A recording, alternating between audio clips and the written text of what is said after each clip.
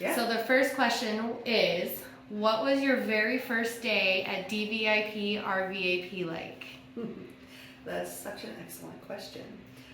It was very, very consistent with what our organization is like, and that is that we are a real life space. We are a space where individuals come for support and care, and we are engaging them with where they're at in that moment. And so my very first day of work here at DVIP RVAP was at shelter. I was hired to work with the counties, but was doing my initial orientation and get to know the organization. And we had a brother who showed up at the door with his sister. She was escaping, and she was very sick. She was very sick, and he helped her get out. And they came in, and she threw up everywhere. And it was, it was incredibly difficult for her. And he was very, very loving. And he was trying to be a support for her. And at her very, very lowest moment, that not only was she in such tremendous crisis because of the abuse that was happening to her, she was physically ill and was embarrassed to have thrown up in her office and was just struggling with how to even engage in that moment. That was my first day. And we made it through. We cleaned up the mess, which is what we always do. And she was with us for 90 days, and we helped her get set up and find resources and connect with her family in ways that helped her get the safety that she needed. What a memorable yes. first day. Yep. Oh my. I had a very memorable first hospital call as a volunteer too. Really? Oh God, yes. This was when I was volunteering for RVAP, and so that's actually how I started in this work, was as a volunteer for RVAP when I was a college student. And some of the fun stories are that one, I went through training with Janet Linus, who went on to become the county attorney for Johnson County, and we have been lifelong friends and have partnered in this work, and she was always a tremendous resource to victims. But my very, very first hospital call that I went on to support a victim who had been sexually assaulted, she had been sexually assaulted by her boyfriend, and he showed up at the hospital and tried to get in, and it was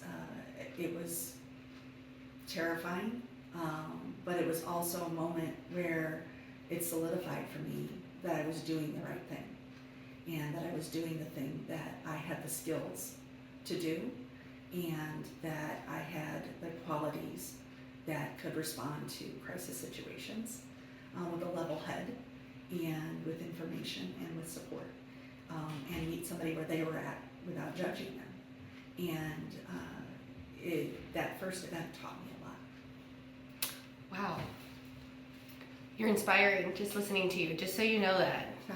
I told you I was so excited to do this. So when this is just a question for myself. So you began volunteering in college. What year was that then? That would have been in 88. 88. And then you came to DVIP, RVAP in 93. And so then that's where the 32 years. Yes. In between that time. 39 years, my bad, sorry. Yeah.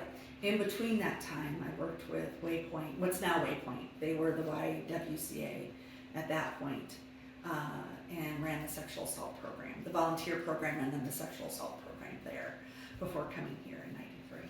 So. Wow. Are you ready for the next question? Sure. What did you learn from the staff you worked with over the years? Everything. Absolutely everything.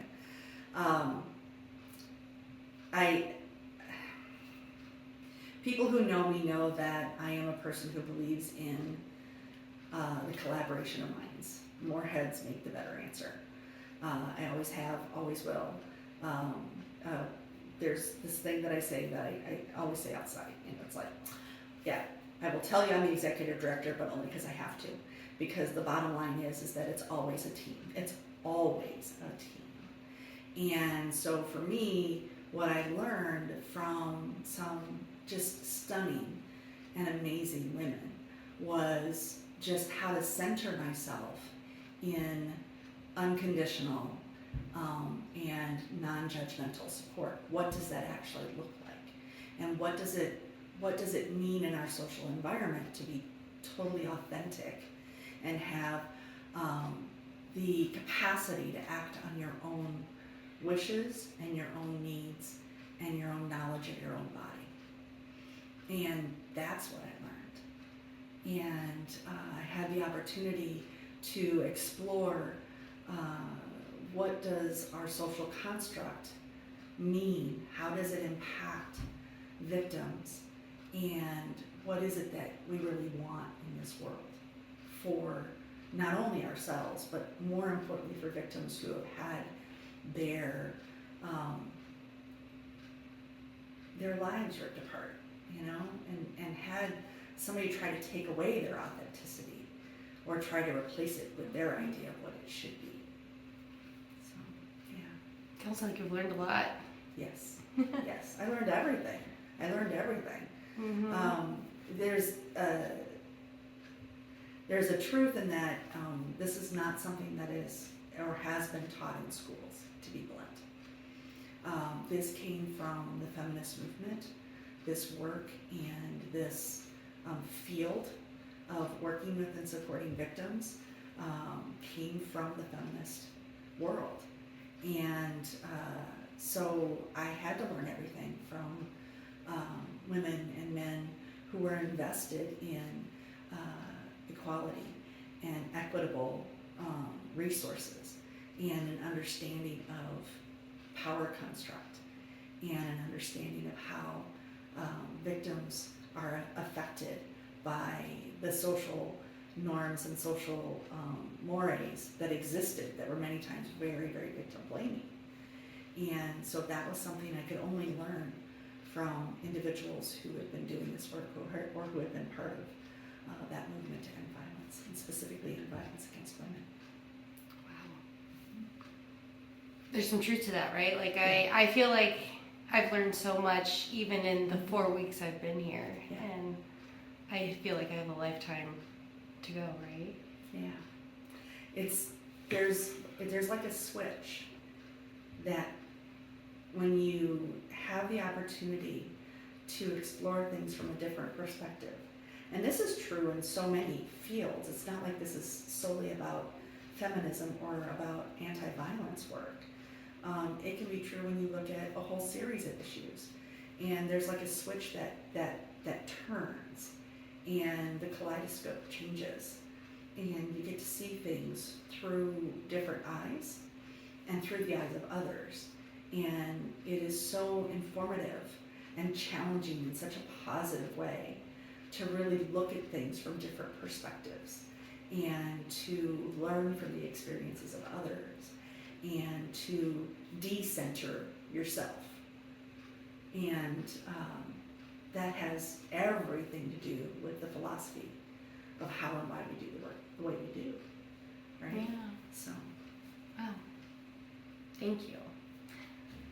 So, what is one success story or one narrative that's always stayed with you? That is incredibly hard. I know there's probably a ton. Mm-hmm. There are. I might share two. Okay. Only because one is incredibly painful, actually. Okay. And it's a success in that it was the wishes of the victim. But it wasn't a success because her life was ended. There was a woman that I worked with in Cedar Rapids who was part of a support group that I ran. And she was divorced. Her ex-husband was not the abusive party. It was just a marriage that didn't work. That happened. And in the course of her being independent of her former relationship and starting over, she had gotten into a relationship with a gentleman, and he was incredibly abusive. She got out of that relationship, but he continued to stalk her, which is common. A lot of people don't know this, but on average, a batterer stalks their intimate partner for 21 months after they leave. That's the average. We've worked with individuals who we've supported 5 and 10 years after. We've supported individuals through, being the place that their mail goes to because their partner, they don't want to be found. So for this particular woman, she knew how dangerous her ex-boyfriend was, and she knew what he was capable of, and she believed he was going to kill her. And we all knew that that was a true feeling, and that it was a supportive feeling. And as part of that support group, as a group of women in that particular group, we actually worked with her ex-husband on custody issues for her 2 children to make sure that her 2 children were taken care of should something happen. We actually planned her funeral, and we planned her family support in that support group. And her ex-boyfriend did kill her. She was a post office worker and delivered mail, and he arranged for a package to be delivered to a specific location, and he shot her. And while that is something that most people will immediately say that's not a success story, and you're right, but the other piece of it was that she had complete autonomy and complete control over what she could have complete control over. And she was one of the bravest and most powerful women that I ever knew, because she didn't flinch at what her reality was that she was facing. She was somebody like every victim that I know, who knew what he was capable of, and she did what she had to do. She knew what she had to do, and she did it. And I remember sitting with her children at the funeral and her family, and how we all survived it and how they came together was a testament to her and her strength and her bravery and her knowledge. And that to me was just an overwhelming testament to her and an overwhelming testament to victims. So it's a hard one to share, but it's the most powerful one for me in the sense that she got to control everything that she could possibly control. And she knew how to look at or face that which she could not. And I said I was going to do 2, and I can't do the other one now. That's okay. But it is a powerful story. It's something that would stick with you. Like you said, it didn't end how you wanted it to, but you stayed true to the work of it, right? Meeting people where they are and giving them the choice. Yeah. Right? All right. Well, we're going to move on to, we got some silly questions. Okay. Too. Okay? Right. We're going to do kind of all of them. So, my next question for you is, oh man, I just saw. Okay, if retirement had a theme song, what would yours be? Oh my gosh, that is such a good question. We were actually talking about this, and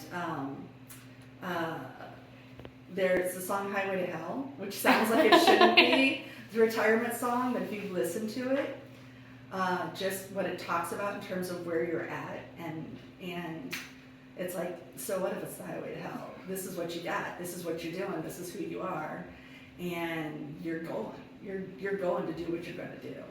And there was just a point where I was listening to that song and I'm like, yeah, that's going to be my retirement song. I love that. I was not expecting. I know. Sorry, we accidentally messed up all the questions. Okay. So, it's the first Monday after retirement. Yes. What are we doing? What are we doing? We are sleeping in. That is a definite. For everybody who knows me, they know that I am a total night owl. I have always said that if I could go to bed at 2 in the morning and get up at 10, that my life would be perfect. So fully expect that's exactly what's going to happen. And I'll be playing with my dog, and I'll be knitting. That will be my first Monday after. You think you'll check for emails or anything coming in? I think that it will be a habit that will be hard to break. But I love technology. It's one of my toys, and so I do a lot with technology that's not about email, so I'm going to distract myself easily. Going to set up a new system, have a little bit of fun, all of that. So there we go. I'm sure it'll be a very different Monday morning compared to the last 39 years. Yes. Okay, what advice would you give to the next co-executive directors, if you could? That is a really good question. I think the advice I would give is to trust the process and trust your people. There are going to be things that are incredibly terrifying. There is always crisis, and trusting in the process and trusting in your team and the people around you is what gets through. It's easy to get caught up in crisis. It's easy to get caught up in the energy of it, and especially in this job, because that's pretty much what we do every day. And the most important thing is to always take a step back and let that energy go, and then start with step one. What's the first thing that needs to happen? What's the next thing that needs to happen? And just really, really trust the process and the people around you, because they will always get you through. That is some great advice. Mm-hmm. And it probably helps, off the record, I'll take this off, but it probably helps that, they've had you for so long. Like, they didn't bring in someone that was new to the... Well, let me be clear. Dee and Alta, there wasn't, we had 100 applicants, over 100 applicants, and there wasn't a comparison. There just wasn't. Mm-hmm. And it's because, and I've joked about this for a while. I've said it to the board, I've said it to community members. There are at least 4 people, I would say a few more, in this organization who could step into my position tomorrow. No questions asked. None. And it's because, and this is not something I'm going to take 100% ownership over, but it's something that's very important to me, and that is we lead with transparency and everybody's involved. I don't make decisions in isolation. I never have. There's always that level of, you're the executive director, we want you to make that decision. Yeah. There's always that. But from my perspective, I've always worked off of, we are in this together, and so we solve it together. So. I love that. No, I'm excited. I was telling everyone, I came at a good time, because when leadership changes, I don't have any biases. You can just tell me what we're doing, and I'll be like, okay. That's okay, let's go. Yeah. Yep. So, okay, be honest. Yes. Will you miss all the meetings? No. That's not even a hard one to be honest about. No, absolutely not. My partner and I have talked about this kind of thing for a very long time. We're both very type A personalities, and we're both very problem-solving personalities. And I went down the management route, and he absolutely refused to go down the management route. And his statement was, I hate meetings. And I'm like, damn, he's right. I hate meetings. But with that said, there is an aspect to who I am as a person that leadership has always been part of that. And so, it's part of the job. It's part of how you get from point A to point B to point C. So, but no, I won't miss them. You will not miss the meetings. That is okay. I know. I'm just getting used to the meeting world. So yes, it's something. All right. If you had to trade jobs with someone else here at DVIP RVAP, who would it be and why? Oh. That is a hard one because, okay, this is where I'm going to share a vulnerability. I have done every job at this organization except be a child advocate. And I've always worked off the premise that kids adore me, but it's like for 10 minutes. They think I'm really cool because I can be a little theatrical. I can be a little bit of a drama queen, which they love. And I always have candy. And I was the one who did movie nights and stuff like that. But I've always been terrified that I could not keep kids' attention long enough to really be a good child advocate. But if I were to pick a job to do, that would be it. Because there is the teacher in me, the person who loves to engage somebody else's mind and explore something challenging in our society or challenging in your world. It would just geek out completely. And I love how kids are just in the moment and are gonna just ask the question that most people won't ask, and just be able to have that kind of honest conversation. When my son was very young, we had some tragedy in our family. Over a short period, we had a couple of deaths. And in talking to a social worker and support network, the one thing they always said to me is that if your kiddo or if one of the kiddos can ask the question, you have to answer it. If they can ask it, they can handle talking through it. And that always struck me so strongly, just in terms of how we approach youth and how we approach individuals who are struggling. It's like, just stay with them where they're at and be honest. But like I said, my imposter syndrome says that I wouldn't be good enough to be able to be around them for more than 10 or 15 minutes. So, but I would love it. I love that. I think you do just fine with them, but I have a special spot in my heart for children. And the couple times that I have been over with the youth group have been... They're stunning. Yeah, it's just... absolutely stunning. They are. It's just... It warms your heart up so much to be with them. And, I think the first time I went in there, I was so scared. I was like, oh no, like, what am I going to do? What am I going to do? Like, Joe is in there, but she needed to have a second person because there's too many kids. Yeah.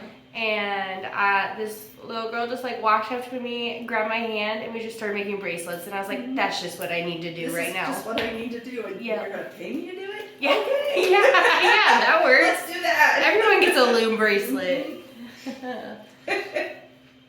All right. Are you ready for a little bit more serious question? Sure. What is the most important lesson you have learned from this work? It's probably the same advice that I would give, is to always trust the process. It is, I think,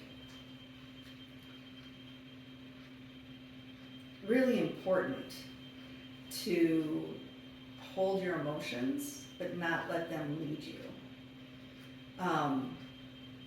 When you're doing crisis work, and you're specifically doing work that is about anti-violence and the absolute atrocities that the individuals that we support endure, you have to find ways to hold your emotions. And I mean that from a positive perspective, not from a perspective of ignoring them or letting them go. But you have to find a way to hold them, and hold them in a way that feeds you and that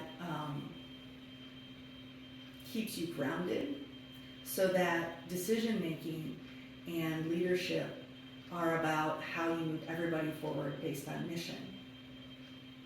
And you can't do that if you don't have ways to hold emotion.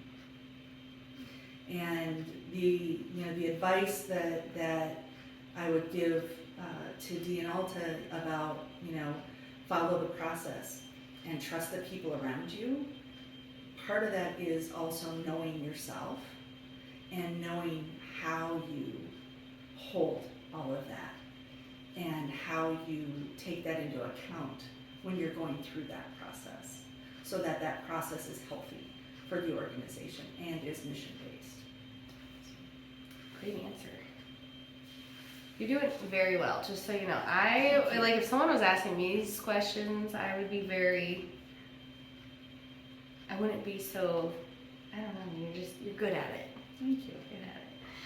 I better be after this long, Yeah. for crying out loud. You're used to talking. A little bit. So you were a volunteer in college. That was your first, Yep. How you got introduced to this Yes. work. What inspired you then to join DVIP before it was merged with RVAP?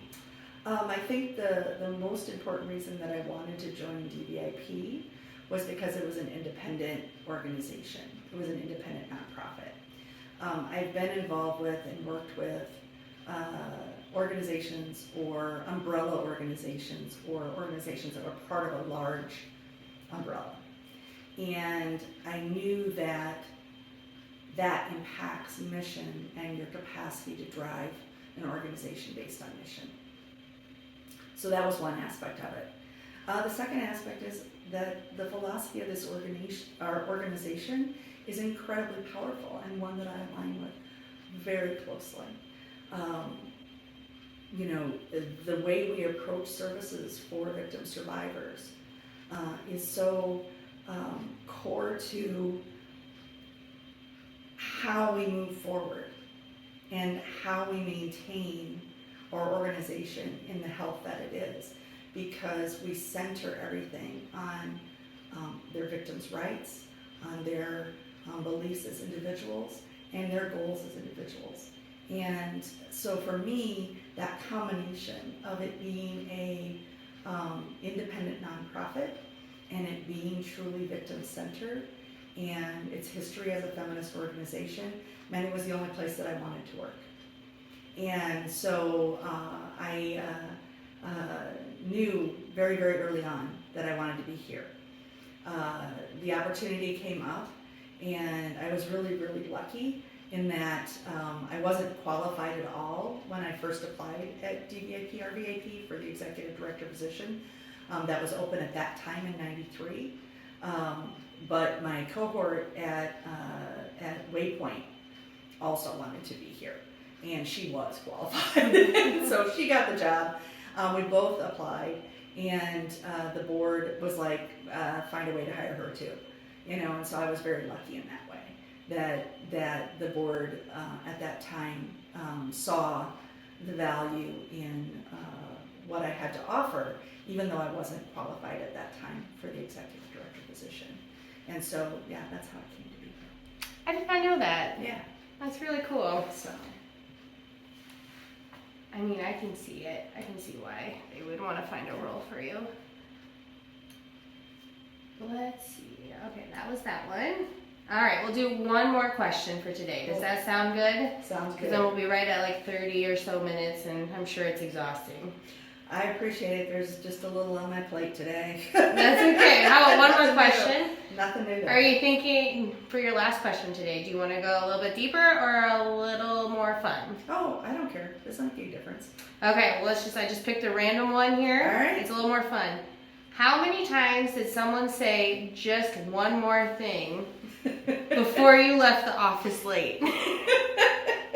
how many times I would be a gazillionaire if I could get even a penny for every time. We always joke about this, that you know, people are like, well, you're the executive director, you have control over all, you know, you just do your thing, and it's like, you know, what you don't understand is that there are 10 people in line to ask questions, and, you know, 10 people in meetings to, you know, say, let's get this done, and it's never like a chain that is so smooth that you can just follow and go, yeah, no, it's more like a web that starts out with one thing and then it adds more. It always has been. And so, yeah, that gazillionaire. Is that a word? Gazillion? I don't know. But yeah. You'd be very rich. Yes. Well, perfect.